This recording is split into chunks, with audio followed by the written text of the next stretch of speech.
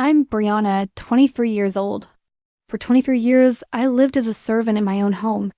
I woke at 5 every morning to scrub floors, cook meals, and wash clothes while my brother Brandon slept until noon in his king-sized bed. My parents told me something I believed for over 2 decades. Some children are born to be served. Some are born to serve. You're the second kind. I never questioned it. Not until the bride's father, a man I'd never met, looked at my face during the family photo and started trembling. He pulled me aside and asked a question that shattered everything I thought I knew. Do you know who your real mother is? Before I continue, if this story resonates with you, please take a moment to like and subscribe, but only if you genuinely want to hear what happened next.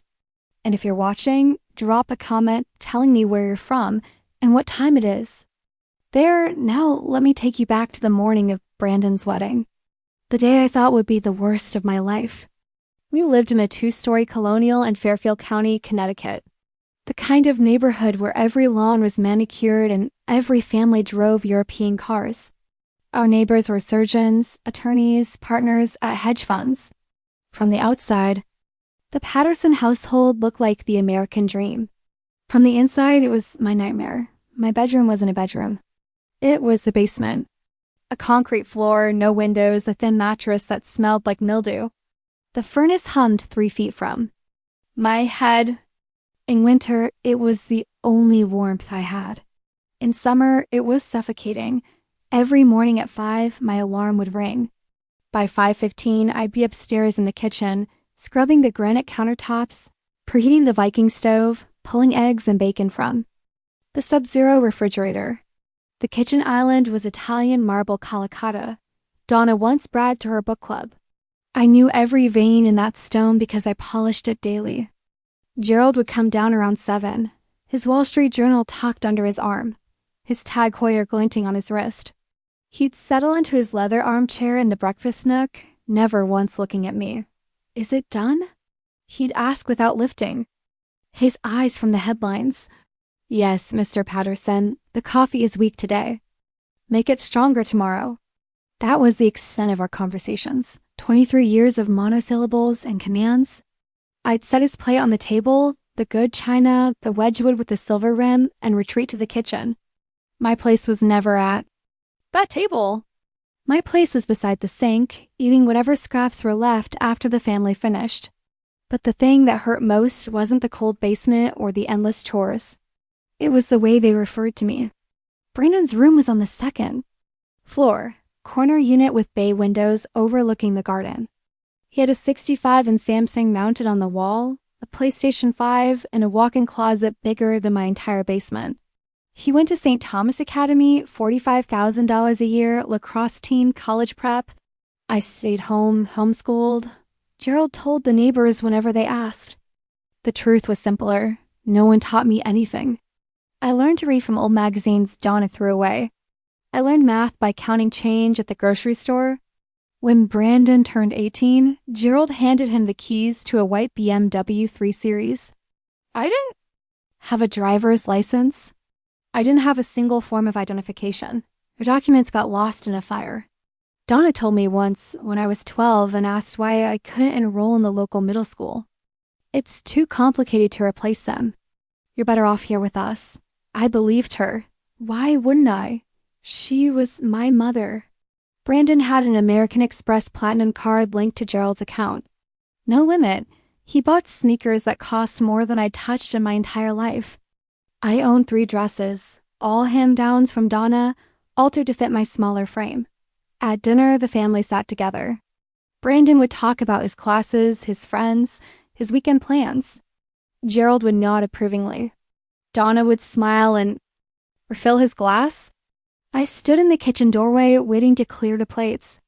Once when I was 14, I asked Donna why I couldn't sit with them. She laughed like I'd told a joke. Brianna, honey, the table only seats 3. It seated 6. I counted. That night, I realized something I never admitted to myself. I wasn't part of this family. I never had been. Gerald called them the family rules. He'd written them on an index card when I was 5 and taped it to the inside of my basement door, the only decoration I was allowed. Rule 1, you do not sit at the family table. Rule 2, you do not call us mom or dad. You will address us as Mr. Patterson and Mrs. Patterson. Rule 3, you do not leave the house without permission. Rule 4, you do not speak to strangers. The consequences for breaking these rules lived in the kitchen pantry. A thin reed cane, the kind you'd use on furniture, hidden behind the cereal boxes. Gerald only had to use it twice before I understood. The first time I was 7, I called. Donna Mommy in front of her sister. The welts on my palms lasted 2 weeks. The second time I was 16, I'd saved grocery change for months, $17.32, and walked to the bus station 3 miles away. I was going to leave. I was going to find someone who could help me. The police brought me back within 2 hours. She doesn't have any ID, they told Gerald at the door. No identification whatsoever. Is she yours? Gerald smiled, the warm, concerned smile of a loving father. She's our daughter. Troubled girl. Mental health issues. Thank you so much for bringing. Her home officers, they left. Gerald locked the door. I spent 3 days in the basement without food. When he finally let me out, he leaned close and whispered, "Without papers, you don't exist. And if you don't exist, no one will ever believe you. No one will ever help you. Do you understand?" I understood.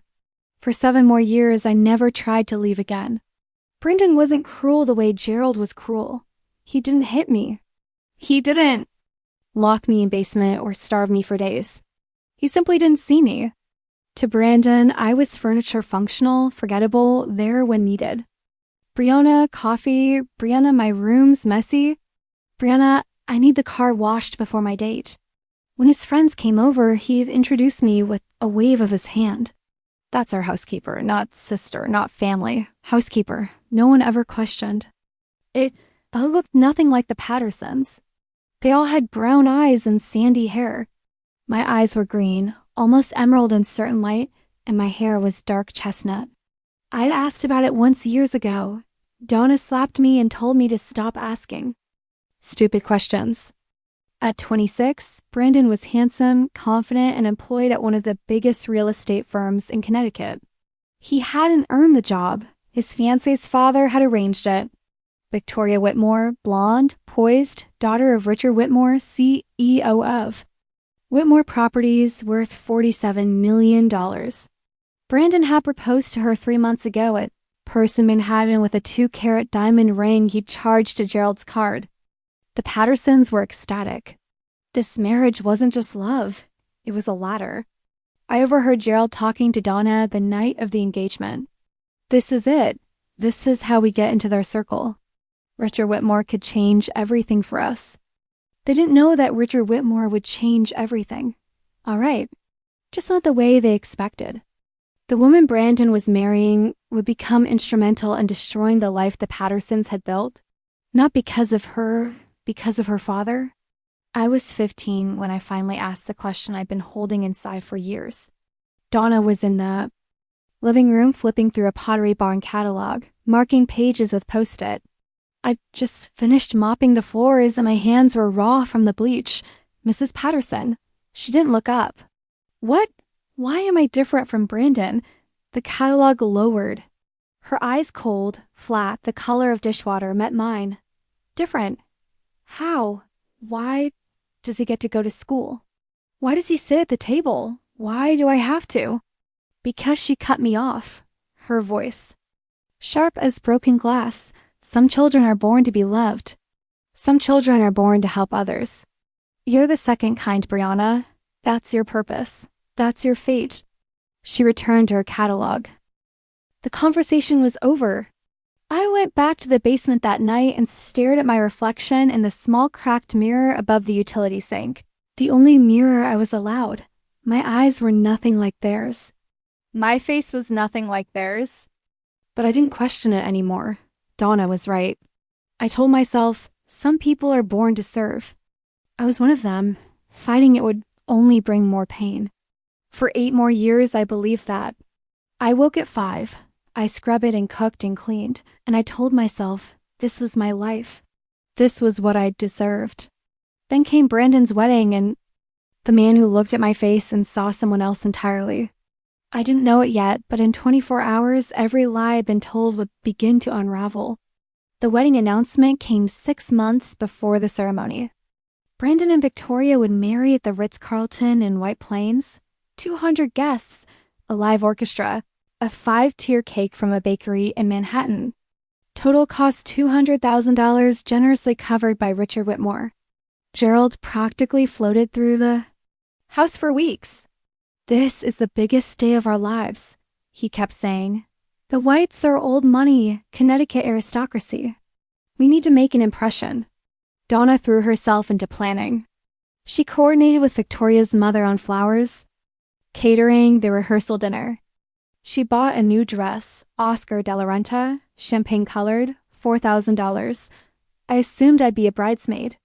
I'd spent 6 months helping prepare, addressing invitations, organizing RSVPs, picking up dry cleaning. I even practiced walking in heels, imagining myself in a lavender gown standing beside the altar. Then, 3 weeks before the wedding, Donna sat me down in the kitchen. "We need to discuss your role," she said. My heart lifted. "Am I walking with the bridesmaids?" She laughed, not kindly. "No, Brianna. You'll be helping with service, passing out. Champagne, making sure guests have what they need." The words hit me like ice water. "You want me to work the wedding?" "It's not working, it's helping." Her smile was thin and practiced. "You know how you are, sweetheart. Clumsy, awkward. If you stood up there in front of the Witters, they'd wonder what's wrong with you. Is that what you want? To embarrass Brandon? On a special day?" I shook my head slowly, the familiar numbness settling in. Later that night, the wedding invitations arrived from the printer. Embossed gold lettering, 600 grams cotton paper. I searched through every card. My name wasn't on the family list. It wasn't anywhere at all. The rehearsal dinner was held at the Greenwich Country Club. White tablecloths, crystal stemware, champagne that cost more per bottle than I'd seen in a year. The Whitmores had reserved the entire terrace overlooking the golf course. I wore a black simple dress, white apron. Donna had selected the outfit herself. "You look professional," she'd said, adjusting my collar. "Remember, smile. Don't speak unless spoken to and stay invisible." I carried a silver tray of champagne flutes through the crowd. Whitmore cousins, business associates, old money families whose names I recognized from the society pages Donna left lying around. No one looked at me. I was part of the scenery until Victoria noticed. She approached me near the bar, her blonde hair swept into an elegant updo, her engagement ring catching the sunset light. "You're Brandon's sister, right, Brianna?" I nearly dropped my tray. "Yes, ma'am." "Why aren't you sitting with the family?" Before I could answer, Donna materialized at my elbow, her laugh high and bright. "Brianna prefers to help out. She's shy, always has been, happier in the background." She patted my arm with the affection of a woman posing for cameras. Victoria's brow creased, but she nodded politely and drifted back to her fiancé. I resumed my rounds. That's when I noticed him, Richard Whitmore, Victoria's father, standing near the railing with a glass of scotch, watching me, not glancing, watching. His face had gone pale, his jaw tight.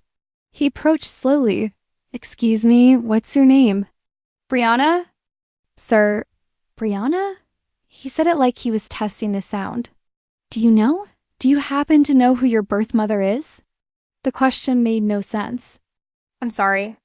He stared at me for a long moment, then excused himself abruptly and walked toward the parking lot, phone already pressed to his ear. Donna watched him go, her smile frozen, her knuckles white around her champagne glass. The night before the wedding, I sat alone in my basement. Upstairs, I could hear laughter, Donna toasting with her sisters, Brandon's college friends clinking bottles in the living room, the house Thracian. Down here, there was only the hum of the furnace and the drip of a leaky pipe. I held the black uniform I'd wear tomorrow, pressing out the wrinkles with my hands since I wasn't allowed to use the iron after 900 p.m. Beside me lay the white apron, starched and spotless. On my lap was a photograph, the only one I had of myself with the family. I was 5 in the picture, standing at the edge of the frame while Gerald, Donna, and toddler Brandon posed together by the Christmas tree. They were touching. I was alone. In 23 years of living in this house, I didn't have a single photo where I stood beside my parents. Not one. Why? The question had whispered to me my whole life, but I always pushed it down. Asking led to pain. Curiosity led to punishment. But tonight, in the darkness, the question wouldn't stay buried. Why didn't I look like them? Why did they treat me like a stranger? Why had they kept me hidden for so long? I thought about Richard Whitmore's face at the rehearsal dinner. The way he'd gone pale. The tremor in his voice when he asked about my mother. He looked at me like he knew me, like he'd been looking for me. But that was ridiculous. No one had ever looked for me. No one had ever wanted me. Tomorrow I would serve champagne at my brother's wedding while my family pretended I didn't exist. Then life would go on exactly as it always had. At least that's what I believed. I had no idea what was coming. I woke at 4 a.m. on the morning of Brandon's wedding. The house was silent. I crept upstairs and started breakfast. Eggs Benedict, fresh squeezed orange juice, the spread Gerald expected before. Any major event? By 6, I had the dining room set with the good china. Then I moved to the guest room where Victoria's wedding dress hung in its garment bag. Vera Wong $12 hand-beaded bodice with a cathedral train. Donna had insisted on storing it at our house, claiming our closets had better humidity control than the Whitmore estate. The real reason I suspected was so she could show it to her friends. I steamed the fabric carefully, terrified of leaving a single crease. My hands trembled. If I damaged this dress, I didn't want to imagine what Gerald would do. Footsteps. Behind me, Donna appeared in the doorway, wrapped in a lapa silk robe, her hair in rollers. "Don't touch the beading," she said. "That's imported crystal worth more than you." "Yes, Mrs. Patterson." She watched me work, arms crossed. "When we arrive at the hotel, you'll enter through the service entrance. Don't let anyone see you going in." "Yes, Mrs. Patterson, and don't embarrass us." Her voice dropped sharp and cold. "This is the most important day of Brandon's life. If you do anything to ruin it, I will make you regret it." Gerald's voice boomed from downstairs. "Brianna, where's my coffee?" Donna smirked and left. I stood there holding the steamer, staring at the wedding dress I wasn't allowed to touch, and the life I wasn't allowed to live. Something shifted inside. Small but irreversible. This would be the last time. I didn't know how. I didn't know when. But I was done. Enough.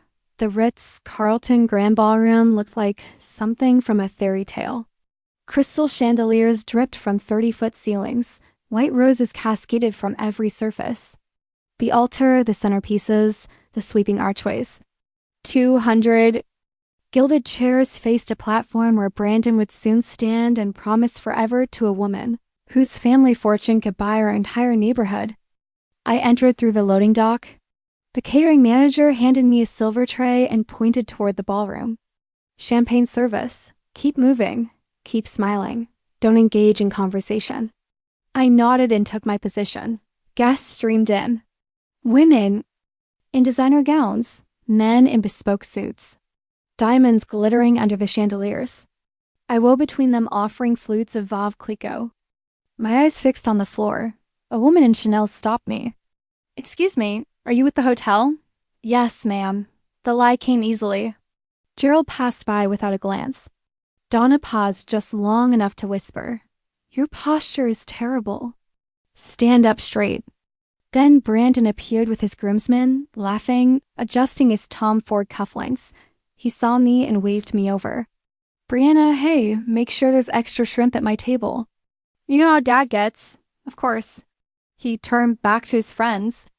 One of them, a former lacrosse teammate, squinted at me. "Who's that?" "Housekeeper," Brandon said. "She's worked for us forever." The words sliced through me. Housekeeper, not sister, not family. But I didn't react. I'd learned long ago that reactions led to punishment. I returned to circulating, offering champagne to people who looked through me like glass. Then I felt it, someone watching. I turned. Across the ballroom, Richard Whitmore stood alone, his champagne untouched, his eyes locked on my face. He wasn't just watching this time. He was studying me. The ceremony began at 4 o'clock, a string quartet. Played Pachelbel's canon as Victoria floated down the aisle in her Vera Wang gown, the train trailing 15 feet behind her. Brandon waited at the altar, beaming, his hands clasped in front of him. Gerald and Donna sat in the front row, dabbing their eyes with monogrammed handkerchiefs. I stood at the back of the ballroom, tray in hand, watching my family from 50 feet away. The officiants spoke about love, commitment, the sacred bond of marriage. Brandon's voice cracked when he said his vows. Victoria's eyes glistened as she slipped the Tiffany band onto his finger. They kissed. The room erupted in applause, and I stood there invisible, holding champagne I wasn't allowed to drink. For a moment, I let myself imagine a different life. One where I sat in that front row beside Donna. One where I wore a lavender dress and held a bouquet of roses. One where Brandon introduced me to his bride as my sister Brianna instead of our housekeeper. But that life didn't exist. Maybe it never had. The crowd rose for the recessional. Brandon and Victoria swept down the aisle, arm in arm, showered with rose petals. As they passed, Donna caught my eye. Her expression wasn't warm, it wasn't proud, it was a warning. Don't forget your place. I lowered my gaze. Somewhere in the crowd, I felt that watching presence again. Richard Whitmore standing. Near the back, hadn't clapped once. He hadn't taken his eyes off me for the entire ceremony. I didn't understand why, but a strange feeling crept through my chest. Something I hadn't felt in years. Hope, and I didn't know what to do with it. If you've made it this far, I think you understand why I'm telling this story. You might know what it feels like to stand inside your own family and still be treated like an outsider. To serve people who refuse to acknowledge you exist. Let me ask you something. Have you ever had to serve someone who wouldn't even admit you were part of their family? If you have, I want to hear about it. Drop a comment. Let me know I'm not alone, and if this story is hitting close to home, please like and subscribe because what happened next changed everything I thought I knew about myself. I'll be right back. The reception began with champagne toasts and a 12-piece jazz band. I worked the Whitmore family table, refilling water glasses, clearing appetizer plates. Victoria's mother smiled politely at me. Her aunts and uncles chatted amongst themselves about summer homes in the Hamptons. Richard Whitmore sat at the head of the table, barely touching his food. Every time I approached, I felt his gaze. It wasn't uncomfortable exactly, not predatory or cold. It was something else, something I couldn't name. When I reached to clear his salad plate, his hand shot out and caught my wrist gently, but firmly. "I'm sorry," he said, his voice low. "I need to ask you something." "Of course, sir. Your name is Brianna?" "Yes." "Brianna Patterson?" "Yes, sir." He released my wrist. His hand was trembling. "Do you know who your mother is? Your real mother?" The question again, the same one from the rehearsal dinner. "I live with Mr. and Mrs. Patterson," I said carefully. "They've raised me since I was a baby." Richard's face changed. Something broke behind his eyes. Grief or maybe recognition. "Excuse me," he whispered and stood abruptly from the table. I watched him walk toward the terrace doors, pulling out his phone. Through the glass, I could see him pacing, speaking intensely to someone on the other end. Victoria noticed. "Is my dad okay?" I didn't know how to answer. At the family table, Donna was watching the scene unfold. Her champagne glass paused halfway to her lips. She leaned toward Gerald and whispered something. He turned, found me with his eyes, and his expression hardened to something I recognized. Fear. I'd never seen Gerald Patterson afraid of anything, until now.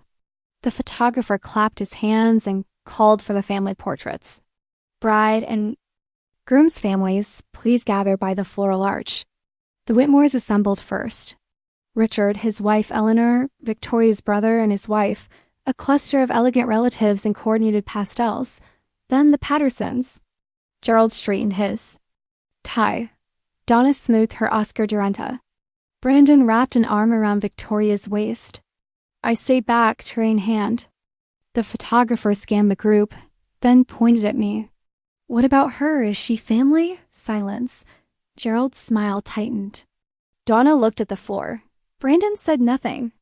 Then Richard Whitmore's voice cut through the awkward pause. Yes, she's family. Brianna, please come stand beside me. I froze. Sir, you heard me? His voice was calm but firm. Come here. I set down my tray. My legs felt like they belonged to someone else as I walked toward the group. Gerald's face flushed red. He couldn't object. Not to Richard Whitmore. Not the man paying for this entire wedding, but I could see his jaw working. The fury barely contained.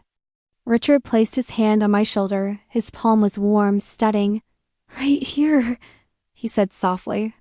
This is where you belong. The photographer adjusted his lens. Everyone ready? Big smiles. The flash fired. Richard kept me close as the photographer. Showed him the preview on the camera screen. I watched his face as he zoomed in on the image, specifically on me. His eyes went wet. Those eyes, he murmured almost to himself. That chin, my God. He pulled out his phone again and walked. Oh, wait, dialing. I heard only fragments. It's her, I'm certain. Get the file, the FBI cold case from 2003, and prepare a DNA kit tonight. My heart stopped. What had he just said? The moment the photographer moved on, Gerald's hand clamped around my arm. Outside now, he pulled me through a service corridor, past the kitchen into a narrow hallway where crates of champagne were stacked against the wall. The noise of the reception faded to a distant hum. What did you tell him? Gerald's face was inches from mine, his breath hot with whiskey. Nothing. I swear I didn't. Don't lie to me. His grip tightened until I winced. Why was Whitmore asking about your mother? I don't know. She just asked and I said I lived with you. Gerald shoved me against the wall. The crates rattled. Listen to me carefully. His voice dropped to a hiss. If you say anything to anyone about our family, I will throw you out on the street. No money, no clothes, nothing. You'll be homeless within a week. Do you understand? Donna appeared at the end of the hallway, her heels clicking against the concrete. What's happening? Whitmore keeps asking questions about her. Gerald jerked his head toward me. Something's wrong. Donna's eyes narrowed. She approached slowly, her champagne-colored gown swishing against the floor. Brianna, her voice was ice. After the reception, you're staying to clean. You don't speak to anyone. And whatever Mr. Whitmore wants to discuss, you tell him nothing. We are your family. We saved you. Without us, you'd be dead in a gutter somewhere. She smiled, that practiced. Public smile. Now get back to work, and if you embarrass us again, I promise you'll regret it. They left me there shaking, alone among the champagne crates. Gerald's words echoed in my head. Without papers, you don't exist. But Richard Whitmore thought I did exist. He thought I was someone. The question was, who? I returned to the reception. Floor in a daze. The jazz band had started and couples swayed on the dance floor. Brandon and Victoria in the center, their foreheads touching. The picture of newlywed bliss. Gerald and Donna sat at the family table, laughing with guests, performing their roles as devoted parents. I picked up my tray and resumed circulating, but my hands wouldn't stop trembling. Gerald was right. Without documents, without proof of identity, I was no one. If I tried to leave, I'd be picked up by police within days. A vagrant with no name. No history, no one to claim her. This was my life. It always had been. It always would be. I drifted toward the ballroom's edge, toward the exit. Maybe I could just slip away, disappear into the night, walk until my legs gave out, and let whatever happen next happen. What difference did it make? No one would miss me. No one would even notice I was gone. Brianna, I turned. Richard Whitmore stood behind me, his face etched with something I didn't recognize. Concern? Grief? May I speak with you privately, just... For a moment, I glanced toward the family table. Donna was watching us, her smile frozen. I don't think I should, please, his voice cracked. It's important Then looking. I've been looking for someone for a very long time. He reached into his jacket pocket and pulled out a photograph. It was old, faded, soft at the edges, like it had been handled countless times over many years. A young woman holding an infant, dark chestnut hair, green eyes exactly like mine. Do you recognize anyone in this picture? Richard asked how quietly, my throat closed.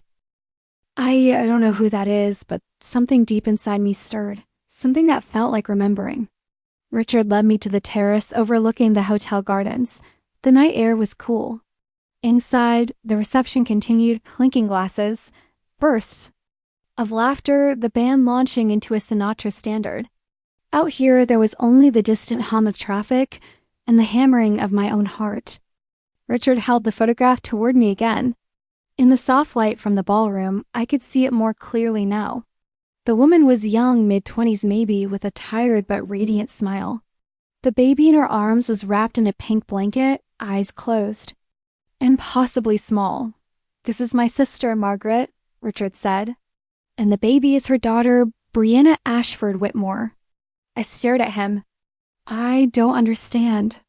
23 years ago, Margaret's baby was taken from Stanford Hospital, kidnapped from the nursery in the middle of the night. His voice wavered. My sister spent 5 years looking for her. She hired investigators, worked with the FBI, never stopped believing her daughter was alive. He swallowed hard. She died when the baby would have been 5. Heart failure, but the doctors said it was grief. She simply gave up. I'm so sorry. My voice came out as a whisper. But I don't see what this has to do with me. Richard turned to. Face me fully, Brianna. The baby's name was Brianna. She had green eyes, rare in our family, but Margaret had them too. He gestured toward my face. That nose, that chin, the shape of your mouth, it's identical. I took a step back. Mr. Whitmore, I think you're confused. I've been searching for 23 years. Tears streamed down his cheeks. And when I saw you at the rehearsal dinner, I knew. He reached into his other pocket and withdrew a small plastic container. Please let me take a DNA sample. If I'm wrong, I'll never bother you again. But if I'm right, he steadied himself. If I'm right, then the people in that ballroom are not your family. They're the people who stole you. The words hung in the air. Like smoke? Stole you? For 23 years, I'd been told I was worthless, born to serve, lucky to have a roof over my head. And now this man, this stranger, was telling me I might have been stolen, that the people who raised me might be criminals, that I might have a family who actually wanted me. It was too much, too impossible. I can't, I said, backing away. I can't. Do this, Brianna, please. Richard's voice was gentle but urgent. I have a lab on standby. AAB certified, the gold standard for DNA testing. Results in 72 hours.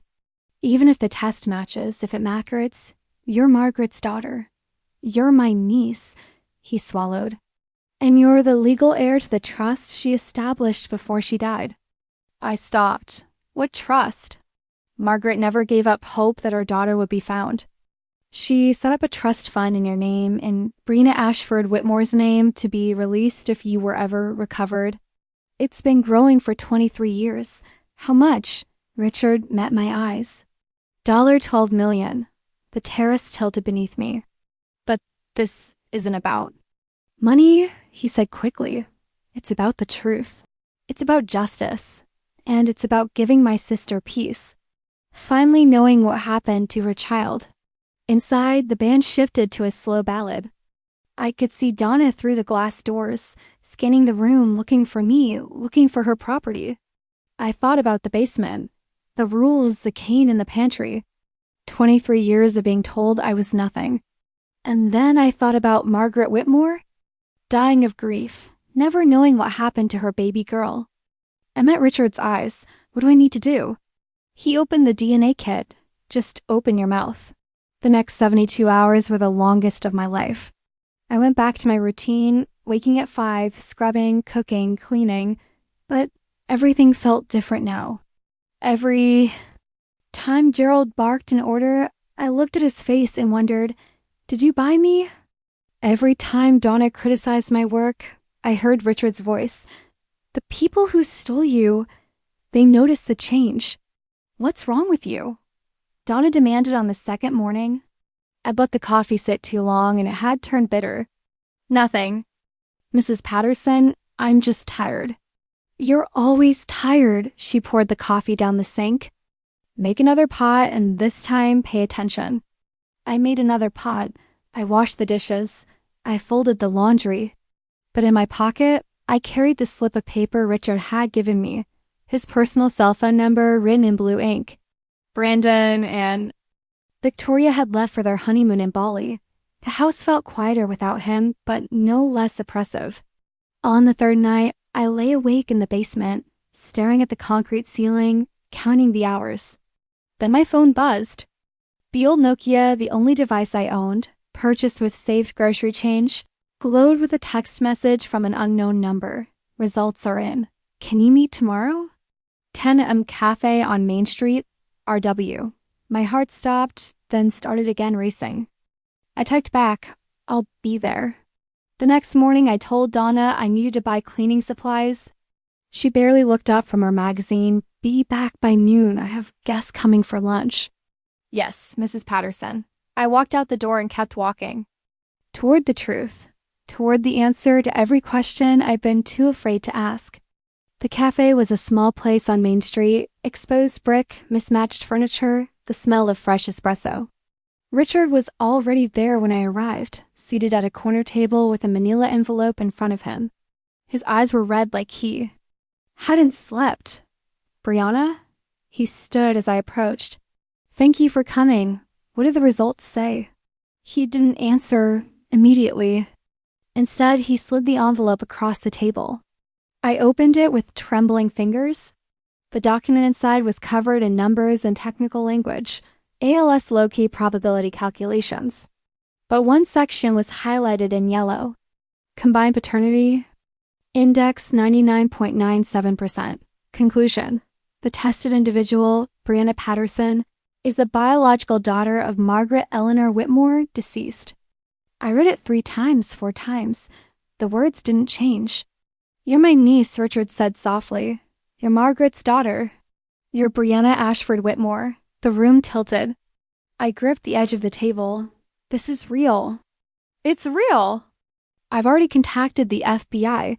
The cold case from 2003 is being reopened. He reached across the table and placed his hand over mine. Gerald and Donna Patterson will be investigated.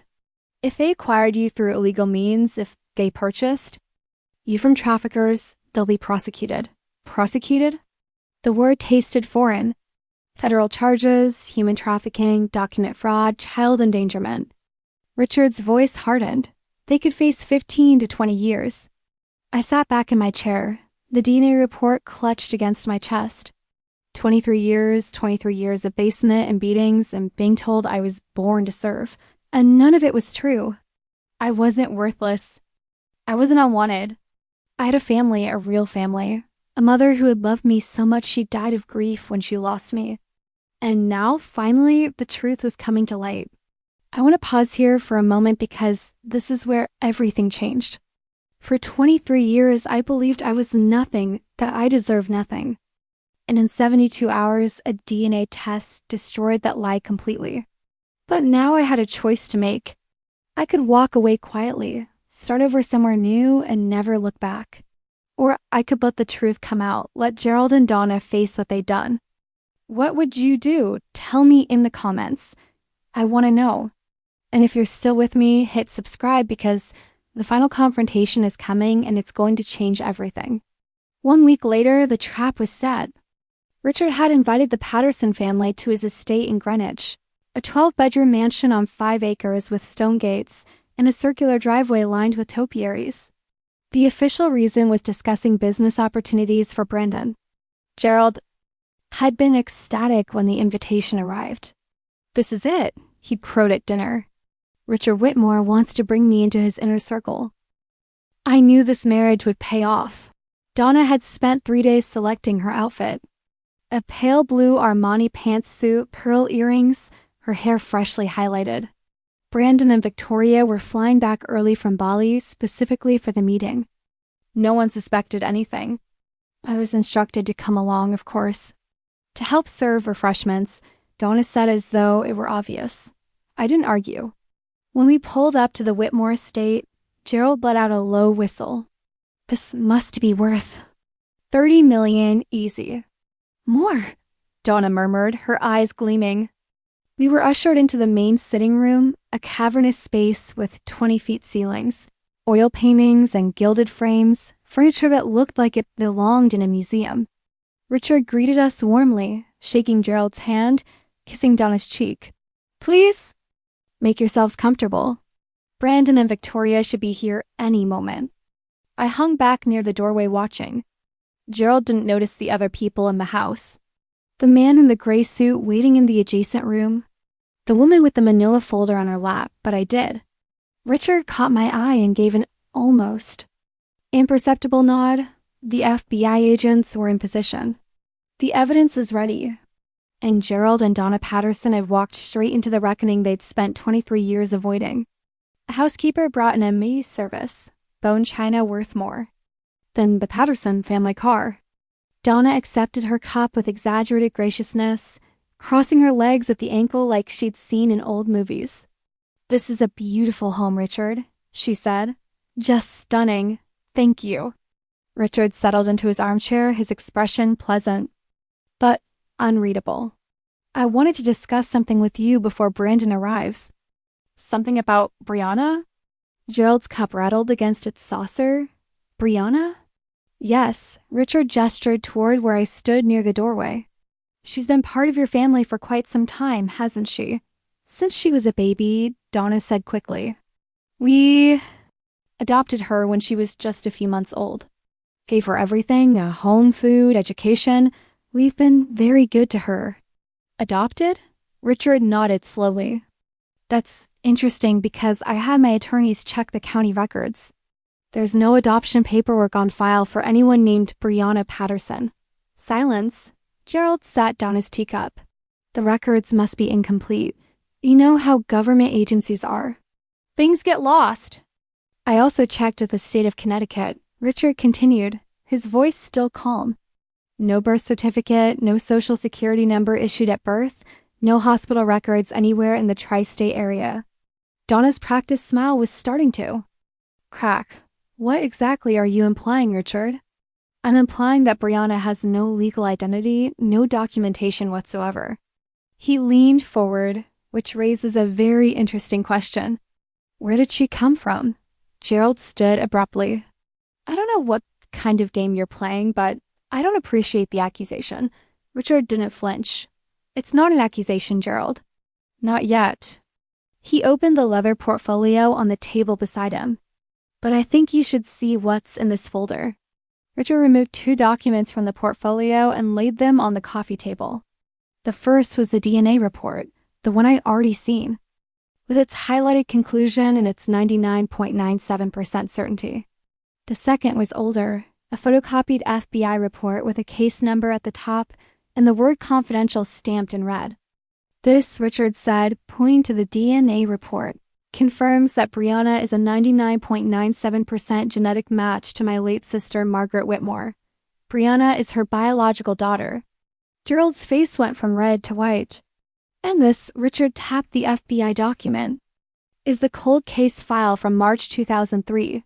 My niece, Brianna Ashford Whitmore, was abducted from Stanford Hospital when she was 6 months old. She was never found." He looked up at Gerald until now. Donna's teacup slipped from her fingers and shattered on the Persian rug.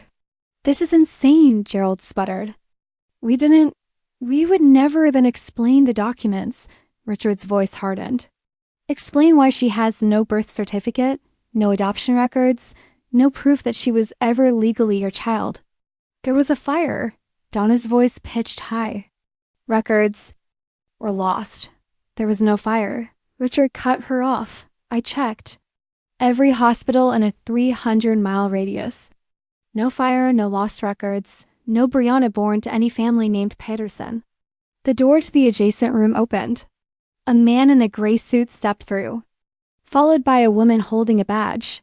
Gerald Patterson. Donna Patterson. The man's voice was flat, official. I'm Special Agent Morrison. With the FBI, we have some questions about the acquisition of your daughter. Gerald stumbled backward, his face ashen. Donna began to cry, and I stood there watching the walls finally close in on the people who had called themselves my parents. What happened next moved quickly. Special Agent Morrison produced a warrant. His partner, Agent Chun, now Agent Smith, I'd later learned she'd recently married, began reading the Miranda rights. Gerald Patterson, Donna Patterson, you are under arrest for suspicion of human trafficking, document fraud, and child endangerment. You have the right to remain silent. Anything you say can and will be used against you in a court of law. Gerald tried to run. He made it 3 steps before Agent Morrison caught his arm and pinned him against the wall. The man who had terrorized me for 23 years, who had starved me, beaten me, told me I was nothing, whimpered like a child as the handcuffs clicked around his wrists.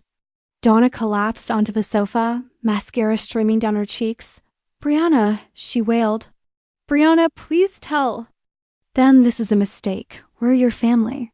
We raised you. I looked at her, at the woman who had slapped me for asking questions, who had locked me in basement, who had told me I was born to serve.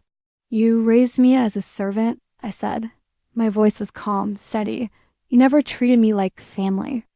Not once. We gave you everything. You gave me a mattress on a concrete floor.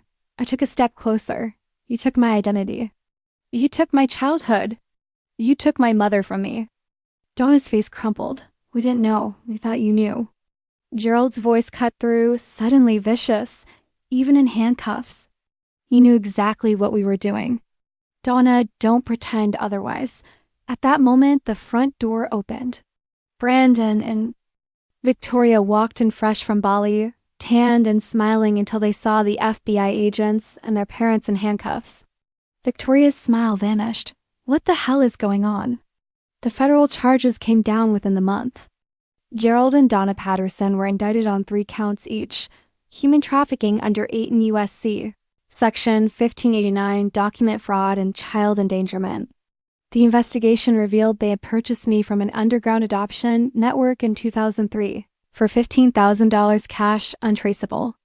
The network had been shut down years ago, but the FBI had kept records.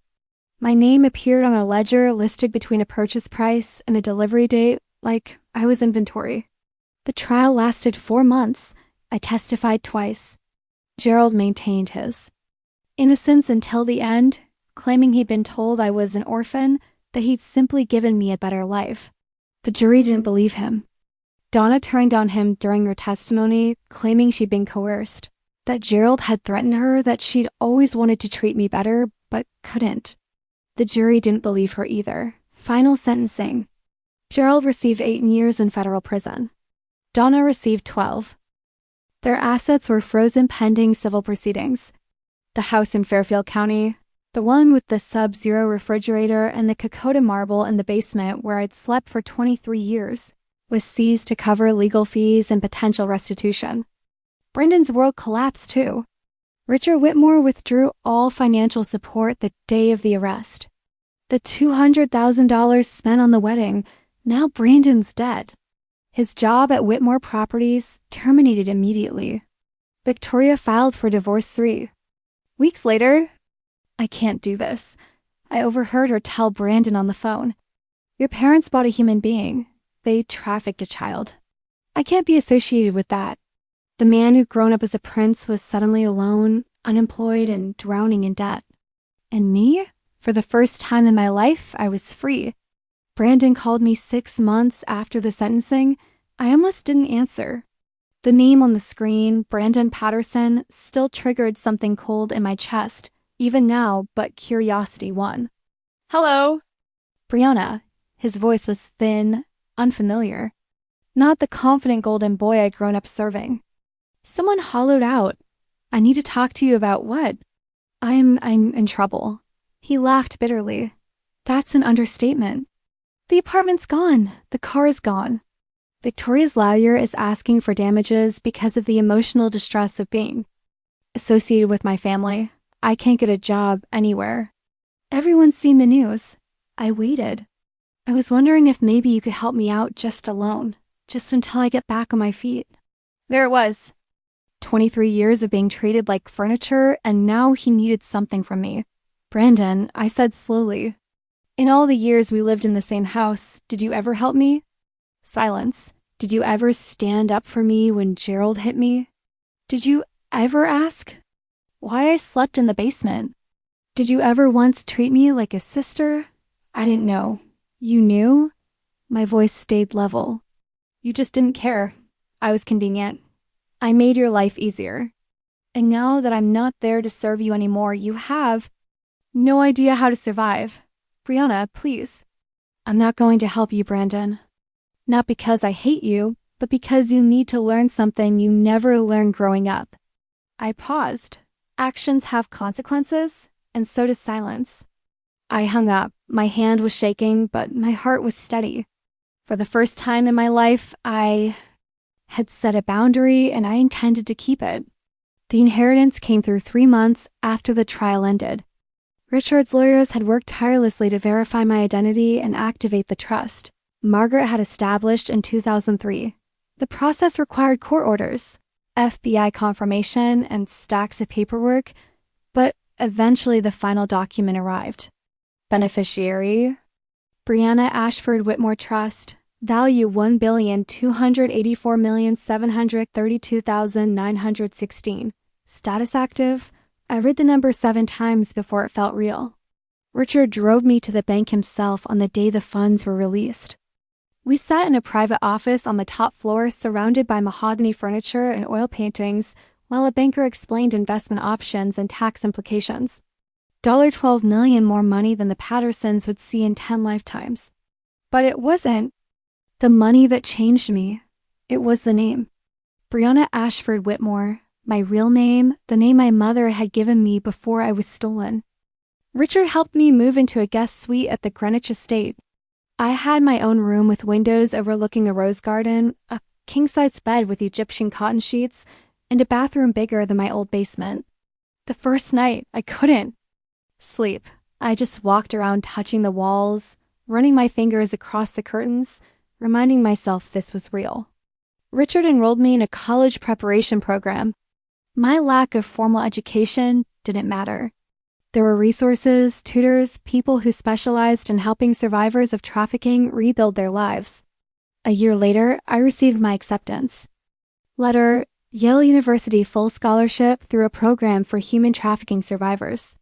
I held the letter in my hands and cried for an hour. Then I found something else in the estate's archives. A handwritten note from my mother, Margaret, dated 2003, the year I was taken. I visited Gerald and Donna once. It was 8 months after their sentencing. I didn't owe them anything. Richard and my therapist both said I shouldn't go, but I needed closure. I needed to look them in the eye and say what I've been carrying for 23 years. The federal correctional facility was in northern Pennsylvania. Gray concrete, razor wire, fluorescent lights that made everyone look sick. Gerald was escorted in first, wearing an orange jumpsuit that hung loose on his frame. He lost weight. His tag collar was gone. His wrist was bare. Donna came next. No more Oscar de Renta, no pearls, just prison-issue clothing and a face that had aged 10 years and 8 months. They sat across from me at a metal table. "You came," Donna whispered. Her eyes welled up. "I prayed you would come." "I'm not here for reconciliation," I said. "I'm here because I have something to say." Gerald glared at me. Even now, broken and imprisoned, that familiar contempt flickered in his eyes. "Then say it." I met his gaze. "For 23 years, you made me believe I was worthless, that I was born to serve, that I should be grateful for scraps. I kept my voice steady. But you were wrong. I wasn't born to serve. I was stolen and you knew it. Donna sobbed. We thought we were saving you. You thought you were getting free labor. I cut her off. I'm not here for your excuses. I'm here to tell you I'm done. I'm not carrying your shame anymore. I'm not carrying your cruelty. I stood. I will never forget what you did to me, but I won't let it define me either. I walked out without looking back, and I never saw them again. I'm writing this from my dorm room at Yale. It's small, much smaller than the suite at Richard's estate, but it's mine. My name is on the door. My books are on the shelves. My acceptance letter is framed above my desk. Some mornings I still wake up at 5 out of habit, but now instead of scrubbing floors, I make coffee and read my psychology textbooks. I'm studying to become a therapist, specifically to work with survivors of trafficking and family abuse. I want to help people like me find their way out of the darkness. On my nightstand next to my alarm clock, I keep 2 things. The first is my new birth certificate, Brianna Ashford Whitmore, born March 3rd, 2003 at Stanford Hospital, California. Mother Margaret Eleanor Whitmore. The second is the letter Richard found in Margaret's archives, the one she wrote to me the week. I was taken before she knew I'd been stolen. My darling Brianna, if you're reading this one day, I want you to know that you were the greatest gift I ever received. From the moment you were born, I knew you were meant for extraordinary things. No matter what happens, no matter where life takes you, remember you are loved. You are wanted. You are enough. I read it every morning. 23 years I believed I was nothing, that I was born to serve, that I didn't deserve a seat at the table. Now I know the truth. I was born to be loved, and I'm spending the rest of my life making sure others know they were too. Thank you for staying with Brianna until the end. Many details in Brianna's story have been dramatized to deliver meaningful messages and life lessons. However, life is full of unexpected twists, and situations like this do happen more often than we'd like to believe. Every year, thousands of missing children cases remain unsolved. Every day, someone out there is treated as less than human by the people who should love them most. If this story touched you, please like and subscribe. And if you know someone who needs to hear that they deserve better, share this with them. More stories about strength, truth, and reclaiming your worth are waiting in the description below. Thank you for watching.